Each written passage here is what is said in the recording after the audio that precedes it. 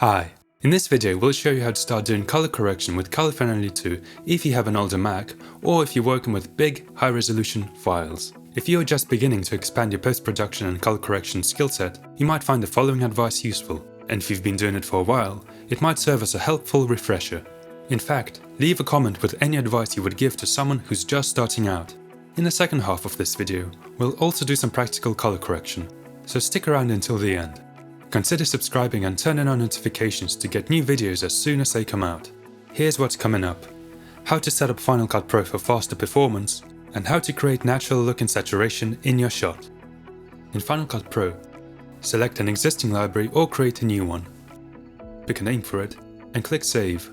Note, in the library properties you get a choice between wide gamut HDR or standard color space. Most likely you want standard unless you know for sure that you have high dynamic range media. An event is automatically generated in the library. It can be renamed by pressing Enter while selected, or you can create a new one from the right-click menu. For now though, go with what's already there. Now right-click and select New Project or Command N.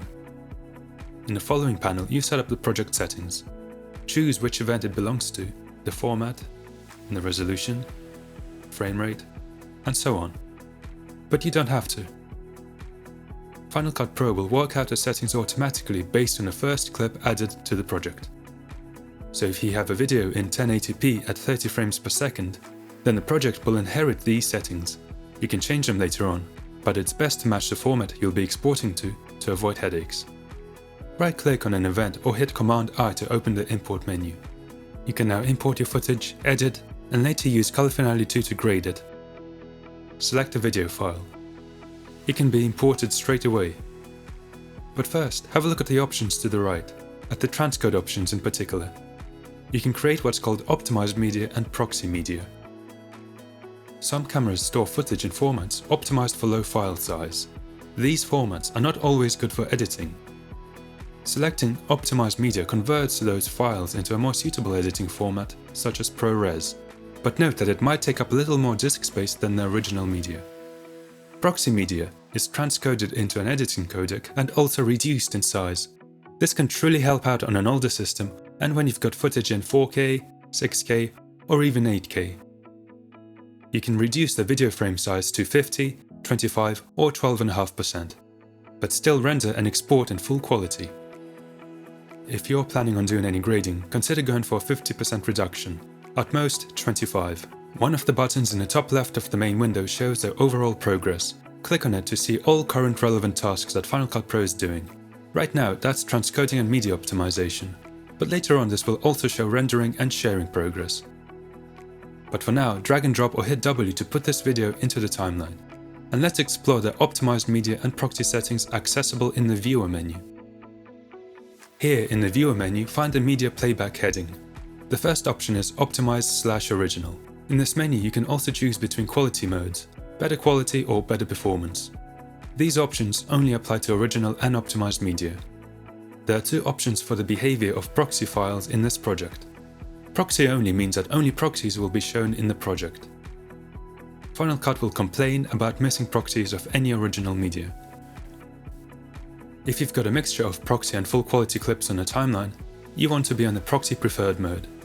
Create optimized media or proxy files for all your videos that you import into Final Cut Pro from the Preferences window.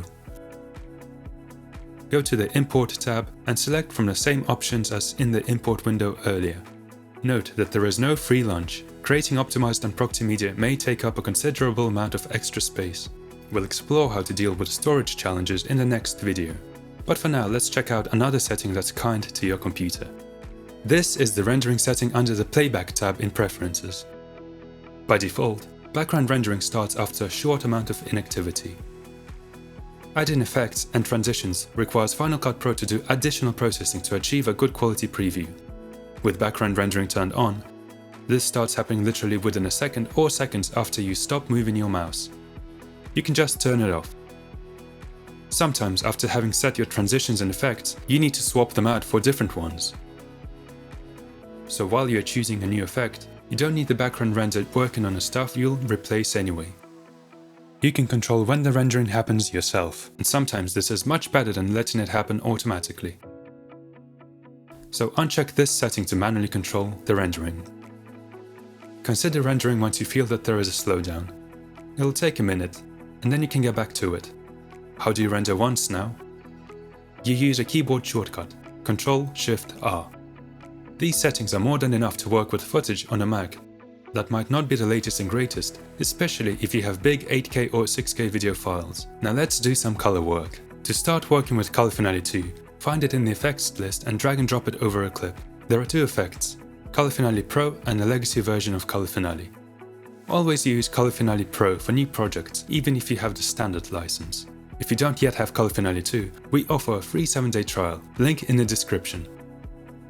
After installing Color Finale 2, the plugin will show up in this effects list. Also, our starter pack offers a great deal for beginners who want to jump into grading with confidence.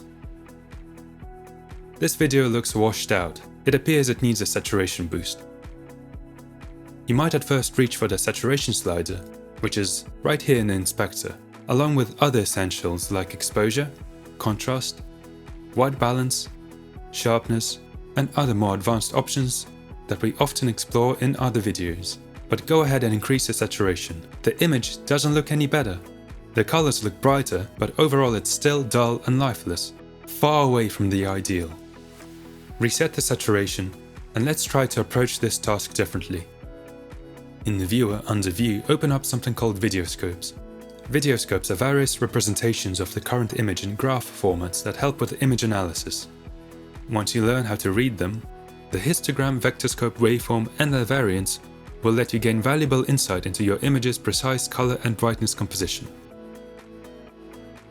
Here, the Luma waveform scope will come in handy for dialing in the appropriate exposure.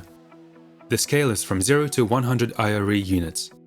It gets interesting very quickly, but all you need to know right now is that 0 is called video black and 100 is video white. This means that in the middle you have your midtones. The video frame is represented on this plot. The very bright bit of sky in the top right corner shows up on a waveform. You can see that it goes over the 100 IRE mark, which means that those levels are outside the video legal range. In this case, the shadows are at around 25, and so they can be brought further down towards 0, making sure not to go below the 0 mark. So as you now understand, the bright and dark parts of the image are not in the best, most appropriate places. This can be worked on by first lowering the exposure. Lower it until the waveform is brought more into the middle. Now, to increase the distance between the darkest and brightest parts, contrast can be applied. Increase the contrast, but be sure to keep everything within the 0 to 100 IRE range. This is basically just two adjustments at this point, exposure and contrast, and already the image is looking much better. The image was washed out, bleak, the blues, yellows and reds were barely discernible. And here's the result.